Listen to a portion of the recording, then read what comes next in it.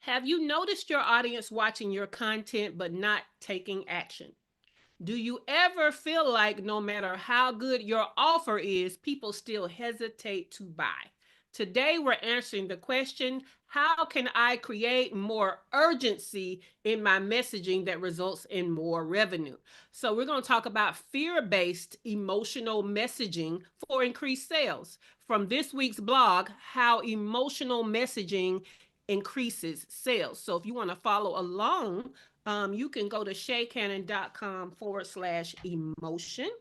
That is shaycannon.com/emotion. Again, we're about to sunset this morning show. After this week, we got about what, 2.5 weeks, I think. No? Yeah, 2.5 weeks. Because the week of Veterans Day, I think we're only doing 3 days that week. So it's almost time for us to end our time on the morning show, but I want the morning show's episodes, past episodes, to be a resource for you. One of the things that I came up with this weekend when I was traveling is, do we understand how no matter how much somebody needs something, they don't buy things until there's an emotional trigger? Okay. Um, this is the data from these big corporations that they do all this research. They spend a whole bunch of money. We're talking billions of dollars on research to tell them about emotions, okay, and the buying habits of their customers, us, right? And so we need to be doing the same. So what I understood was that there's a gap in the resources that we have talked about. And so this week we're talking about emotional messaging. All right. So, how emotional messaging increases sales? Let's get to it. Clients don't buy your offer because of logical need. They buy because of how they feel. Every purchase is a personal solution to an emotional problem, especially the negative emotions.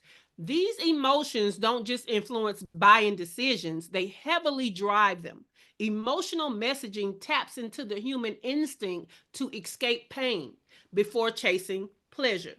That's why even the biggest corporations invest millions to understand which emotions move their market. Because when you can name the emotion your audience is desperate to start feeling, you can position your offer as the relief they've been searching for and will invest in. Okay. So today we're going to talk about a category of emotions that are fear based emotions. Okay. Those types of emotions are very heavy hitters in sales psychology. The primal triggers that make people move fast because not acting feels like danger to them. They fear something. Okay. So this category is the number one category of emotions we're starting. So we're starting with the heavy hitters and we're going to go down lighter and lighter as the week goes by. Okay, so fear-based emotions. These emotions speak to our built-in survival instincts: fear of loss, anxiety around uncertainty, and regret over missed chances. When potential buyers feel like they could lose time, money, status, or opportunity, they act quickly to protect themselves from that perceived threat. This is why fear based motivation remains one of the most powerful forces behind consumer behavior. It's not about manipulation, it's about acknowledging the human need for safety, stability, and assurance. Businesses that understand this connect with their audience on a deeper level by recognizing what their clients are running from, not just what they're reaching for. Okay, so let me stop right there. So, positive emotions and the transformation and how the transformation and results will make them feel are less effective in talking about than the fear that they have around needing your offer. Okay, we use both, but we need to learn how to use fear in a way that is not grimy. Okay, but we need to recognize how to work it. All right. So it's an emotional current that, when respected and understood, can transform hesitation into decisive action and turn fear into forward motion. All right. So that is the blog. And we're going to go to my show notes because, here on the morning show, we go beyond the blog and I give you more. All right. Okay, but I can't see my thing. So let me, okay, here we go. So, I'm going to talk about 10 strategies to use fear based emotional messaging to increase sales. Now, fear shows up. Let me see. I had three of the main three fear emotions. Let me start with that. So let me go back in my notes for a second and find what was those three, because I think that will do more for you before we go into these strategies. And I'm going to add them to the show notes because they're not on there. And I think that they need to be for this to be more impactful. So let me scroll in my notes. All right. Here it is right here. So, fear based emotions, the three top emotions in this category are fear itself, anxiety, and regret. Okay, so think about those: fear, anxiety, regret. And as a part of the question of the day, I want you to tell me which one of those do your potential clients feel the most. Okay, now let's go into the strategies on how to use emotional messaging around fear, anxiety, and regret. All right. Number one, turn delay into decay. Okay. Make waiting feel like deterioration, not neutrality, right? Don't let them feel like if they don't move right now that things will just stay the same. No, you need to help them to understand if you don't move right now, things are going to get worse, right? So buyers must sense that standing still is not safe. It's costly. So, for example, you could say something like, every month without structure erodes your confidence, your energy, and your edge. Okay. So, that's kind of an example of how you would play on that. So that was turn delay into decay. Number two, invoke the point of no return. Okay. So creating awareness that some opportunities don't come again. They don't recycle. They don't come back around. So you can frame your offer as a door that closes when life or market conditions shift. Okay. This is another one where we kind of use pricing. Like when we know we're going to increase our pricing, might give people a last chance to come through the door at the current price, right? But another example is like, this season of opportunity won't wait. What's gone will not circle back. Okay. So that's kind of the messaging you would use. So that was invoke the point of no return. Number three, highlight what they stand to lose, not just what they stand to gain. Okay. So most buyers are more motivated by avoiding loss than pursuing a reward. Shift the focus from the benefit of your offer to the cost of inaction. Let me give you an example. Every week without a system is another week of lost leads and missed income, right? So again, we're focusing on what when with our offer, we're going to tell them what they gain. We're going to tell them what the result will be. We're going to tell them about the transformation. But to create urgency, we're going to tell them what they're losing. And y'all know my favorite phrase is, you could be so and so this time next year, right? So you could flip that. Instead of saying you could be in the transformation this time next year, you could say something like, how much money are you leaving on the table that if this time next year you haven't moved, okay? So that was highlight what they stand to lose, not just what they gain. Number four, make future regret tangible. Okay. Some people, they have that I'll get to that bridge when I cross it type of mentality. So we want to force them to feel the pain of looking back on this exact moment, knowing they didn't move. Okay. So an example of that could be, imagine realizing that you did nothing and you had the opportunity to relieve the pain. Okay. So that's an example of that. Let's take that future regret. How would they feel if they don't move now? To bring that feeling forward to now and try to make them feel it now. Okay. That was make future regret tangible. Number five is highlight the fear of being forgotten. Okay. In industries where visibility matters, people dread irrelevance. Stir that quietly. This is a great one for Shawana Kennedy, Kennedy Media, who works with visibility, right? This is a great one for Dr. Tachi, who works with people who want to be creators, right? So that visibility.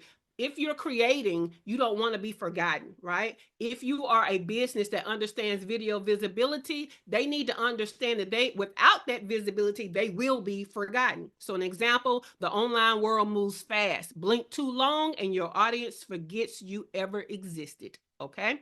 So that was highlight the fear of being forgotten. Now let's go to number 6. Turn what if into a warning. So instead of asking what's possible, ask what's at stake.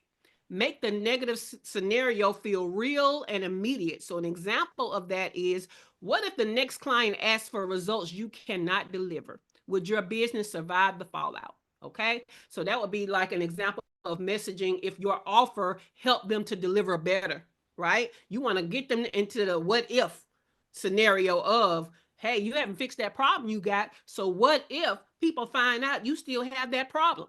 Okay. So we play on that. So that was the turn the what if into a warning. Number 7 is show the domino effect of neglect. Okay. Fear escalates when people see how one small problem snowballs into major consequences. So, an example of that could be, hey, one missed process today brings 5 angry clients tomorrow and a damaged reputation after that, right? So, you just show how it keeps getting worse and worse because they're not doing anything, but give them how it's getting worse as a part of the domino effect. So that would show the domino effect of neglect. Let's go to number 8. Remind them of past pain they don't want to repeat. Okay.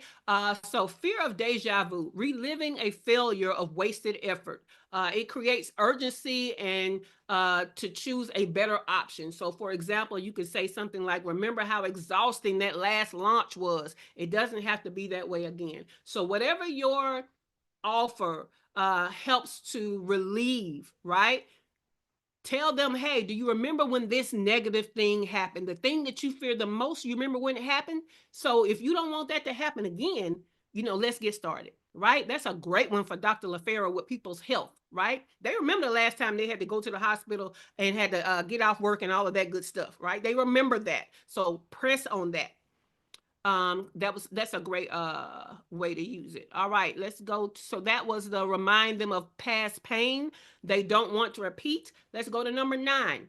Present the decision as risk reduction. Okay, risk reduction. So reframe buying as not a risk, but removing risk. So the mind is always looking for safety and reassurance. That's why some people see buying your offer as a risk. What if I lose my money? What if I don't get the result that they're promising? So that's the risk that they're seeing if you leave them to looking at it like that. But if you reframe them buying as not a risk or risk reduction, that's better. Okay. So an example of that could be, this isn't another gamble. It's your insurance against another whatever their pain point is, right? So that's the present the decision as risk reduction. Let's go to number 10. Highlight what they stand to lose, not just, oh, I think I did that one already. So why is that on here again? I feel like I might have skipped a strategy. So let me go back to my original notes. Let me see. I'm gonna pick another one for you. Okay, I like this one. Let me grab that one. And I'm gonna put this one in here because I felt like that was familiar when I put that on there, but I was like, no, it can't be. All right. So number 10 is going to be remind them of their finite resources. Okay. The resources could be energy, it could be bandwidth, it could be money. All right. But the fear of burnout or even being broke is real. So point out that delaying the solution costs not just energy and bandwidth and time, but money, mental stamina, all of that kind of stuff. So as an example, every day you carry it alone, it costs you energy that you could be using to fuel your growth. I'm sorry. Or every day that you are, still having this problem, it costs you, insert the blank of what you know it's costing them, that they fear that they don't want to be paying that cost. Okay. So that's number 10. All right. I do have a chat GPT prompt for you. And it's basically, you're just going to say, I am, enter your clarity statement. My ideal client is, enter their description. My offer is. So, whatever offer you need emotional messaging around, describe that offer. And then you're going to say, give me recommendations that are uncommon, but best, most impactful, and hugely converting ideas based on the following emotional based messaging strategies. And then you're going to insert all 10 strategies, and it's going to pop out you some examples for that. Okay. But the question for today, well, I did ask an additional question when it came to fear. What was it? It was fear. Now I got to go back up in my notes, figure out what the emotions were. Fear, anxiety, and regret. Let's see, which emotion, fear, anxiety, or regret is shown most by your potential clients? All right. And then which two of the 10 strategies that we talked about today do you feel will increase the effectiveness of your messaging to increase your sales? So let me put that here. Let me go back to YouTube, put these questions over here on YouTube. Okay, it's breaking my questions up. So let me grab one question at a time. But this should be giving y'all more time to think about your answers. Ooh, I spelled potential wrong. Uh, but y'all know what I meant. All right.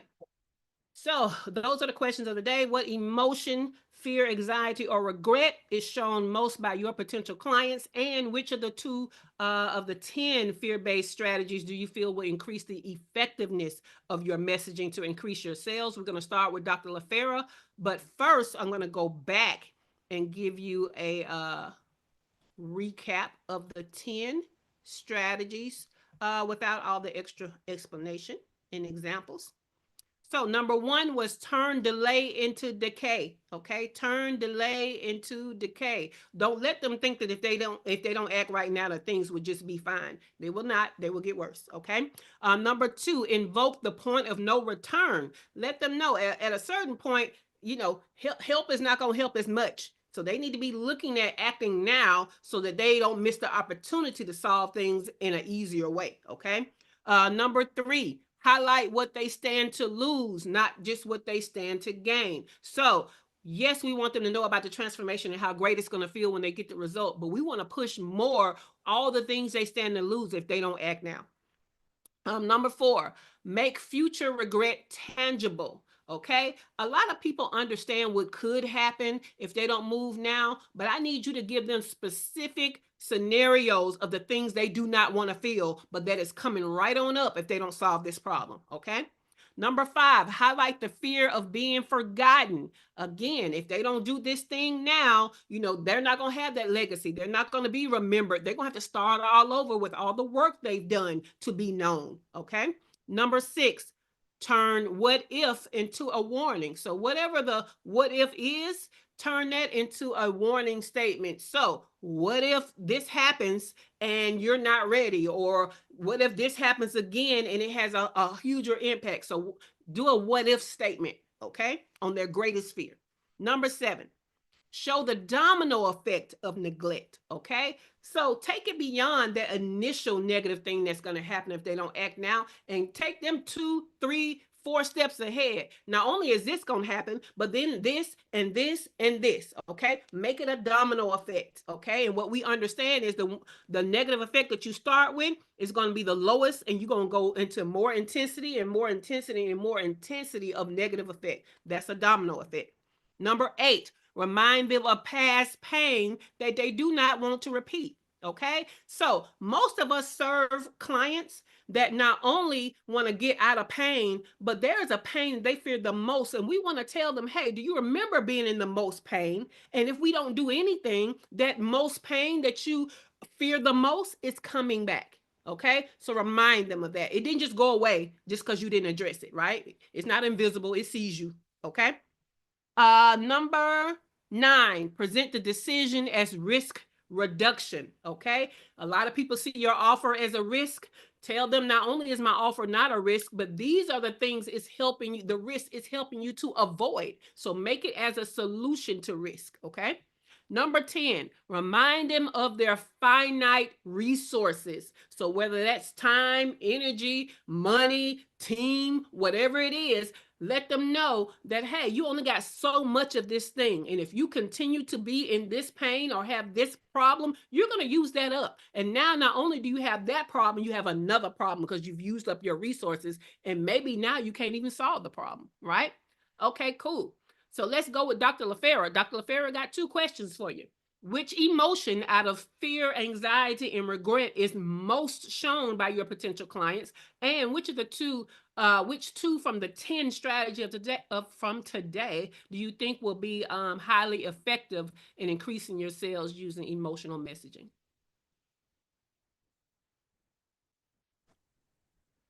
Good morning. I think that maybe anxiety.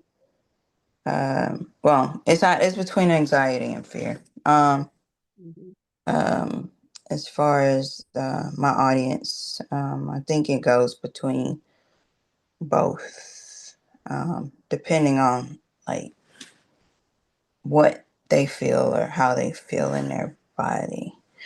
Um, and so I guess yeah, that's my answer to that. And then like so I picked number 7, remind them of the negative thing or the domino effect that happened in the past or before. Um Mhm. and then I picked an example I gave was like maybe going to the hospital having to take off work, like what you said. And Mhm. then number 10, remind them of their limited resources like time and energy Yes. um, that can be used to fuel their growth. And I liked another one you said, but it was up at the top. Uh, and I didn't write it down, but let's see. Um, Yeah, so I'll go back and listen to the show notes, but that's probably even um, more so what I would use than these two, but I can't remember what it was. No problem, no problem. You actually gave me three already. You kind of combined eight and nine, and then you did 10. So cool. Thank you so much. All right, Hmm. let's go to Shawana Kennedy, Kennedy Media. Which emotion out of fear, anxiety, or regret is shown most by your potential clients? And which of the two of the 10 strategies from today do you think are going to be highly effective for emotional messaging that will increase your sales? Good morning to all. I too, like Dr. LaFera, believe that it is the fear and anxiety. Sometimes they don't. Sometimes they don't know what they don't know, and they really are. They're scared. They're nervous about it. I love the options that you gave us, and so what kind of stuck out for me was more than two. I was leaning more into like the turning the delay into decay and Mm-hmm. uh, making the future regret tangible now. But then Yes. also, I think it was number 5. Mm-hmm. I believe it was number 5. Yeah, I believe it was number 5 and even number 10, like highlighting the fear as Yep, that's well as five. reminding them of the resources. Mm-hmm. I like that. Okay, great. Love that. So the fear of being forgotten, number 5, was definitely yours with visibility. And number 10 was to remind them of their finite resources. So cool. Love that for you. Okay, thank you, Shawana. Let's go to Dr. Latoya Davis.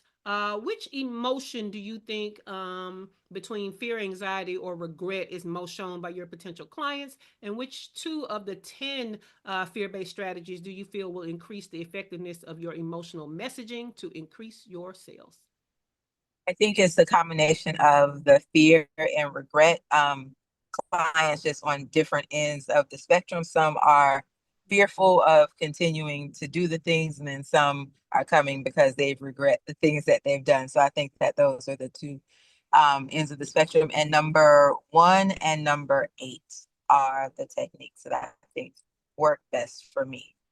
Love it. Love that. All right, let's go, Dr. Tachi. Dr. Tachi, which emotion between fear, anxiety, or regret is shown most by your potential clients? And which 2 out of the 10 fear-based strategies do you feel will raise the effectiveness of your emotional messaging to increase your sales? It's all of them, to be honest. It really is. When you look at it, it's all of them. I would think it's an even mix of everything. And in fact, certain clients are probably exhibiting all three. Mm-hmm. And that anxiety and that regret. especially when it comes to, for example, video type things. That's a big thing. Yeah. Also, I think so. Before even you open your mouth and said my name, I knew that the fear of being forgotten was one, definitely. Mm-hmm. And then I have also turned what if into a warning. Yes. Yeah. Actually using a what if statement, I think is powerful. Cool. Anything else you want to add to that? No, that's it. Okay, cool. Thank you. All right. Cheryl, which emotion, fear, anxiety, or regret is shown most by your potential clients? And which 2 of the 10 fear-based strategies do you feel will raise the effectiveness of your messaging to increase your sales? Okay, the emotion is regret, Mm-hmm. most definitely. As far as the 10, I use them all. The only thing that determines which one I use with a particular client is their mindset, their problem or problems, and if they're making money. No money equals no business.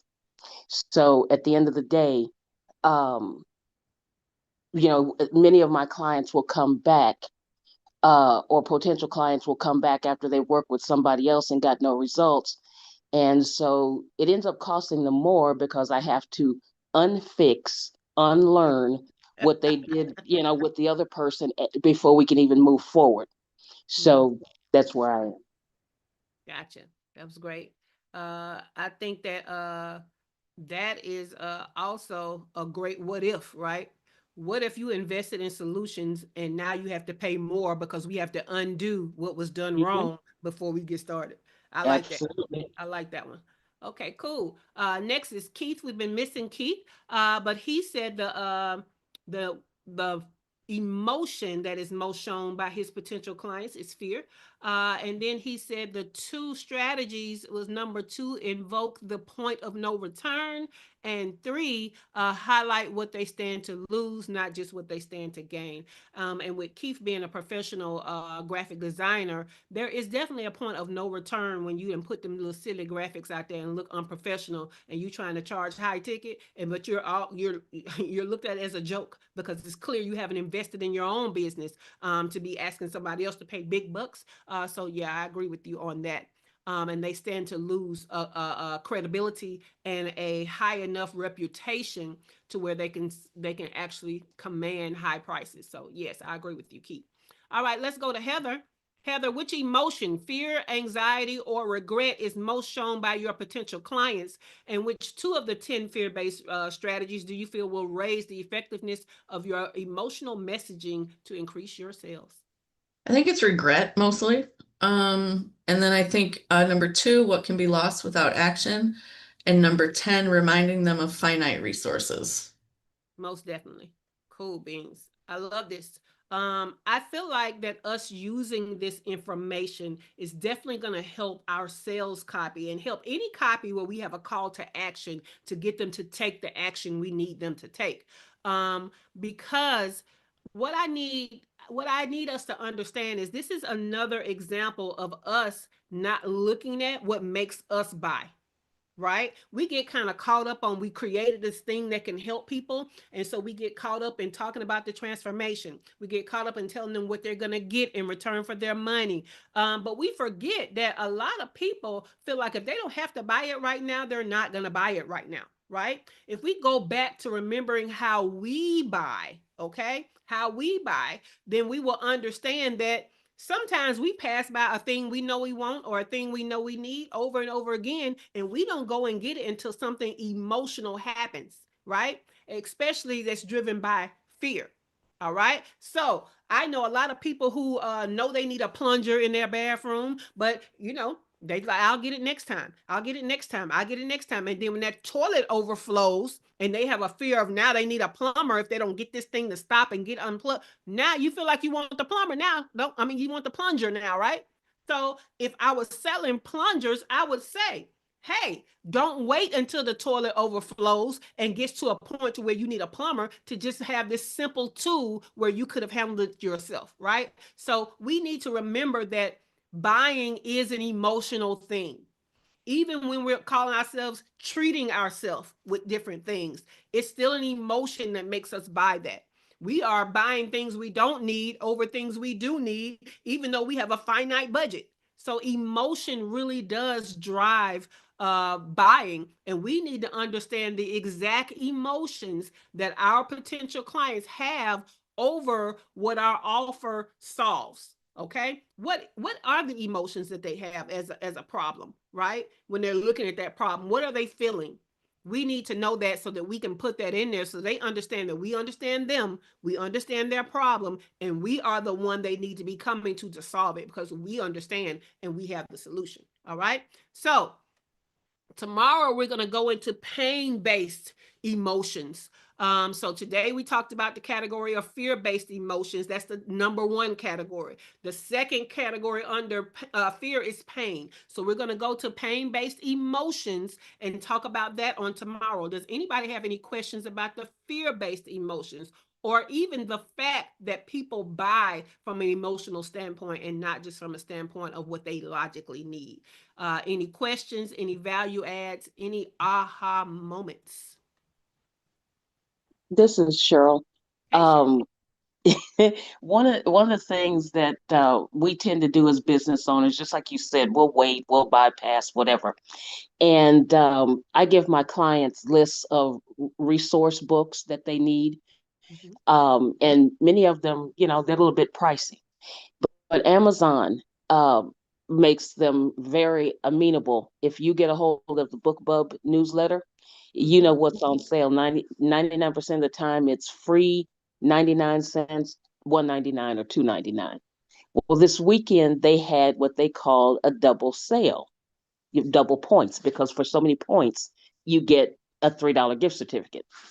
And I kept doing the math and I was like, wait a minute, this is not double, this is double triple. And so you were getting like what you would normally get is 45 points with the double, you got Mhm. 90. So you only needed 3 books in order to get the gift certificate. So I took my list, contacted, people and said, hey, check this out. And I tell them, these sales don't last forever, usually 24 hours and that's it. It was amazing to me how many people got back with me last night going, the sale is not on. Well, I told you about this on Friday. I got mine though. You see what I'm saying? And I also Mhm. teach them, have a business savings account so that for, if you need a computer, if you need whatever, you got, the funds there. So anyway, that was just kind of a reminder to me because I got my books. I was looking for the digital version, the ebook version of The Story of Civilization, which goes through all the ages by Durant. That thing was a killer. I'm sitting here with gift certificates up the yang yang, and we'll be using them. So, Okay. I love that. I love that. You can even use those gifts because I know that you already have a lot of stuff. You can use those gift certificates as a promotion for an offer. That one the first to do it could the first to buy it could get it or whatever type of thing. Buy this and get this as a reward type of thing. So I love that for you. But yes, that understanding that something is a finite resource or a finite opportunity is definitely a huge driver to make people go ahead and buy. I love it.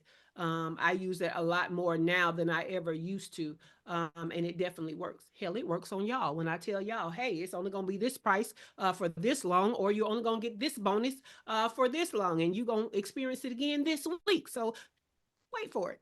Anybody else with a question, a value add, or an aha moment?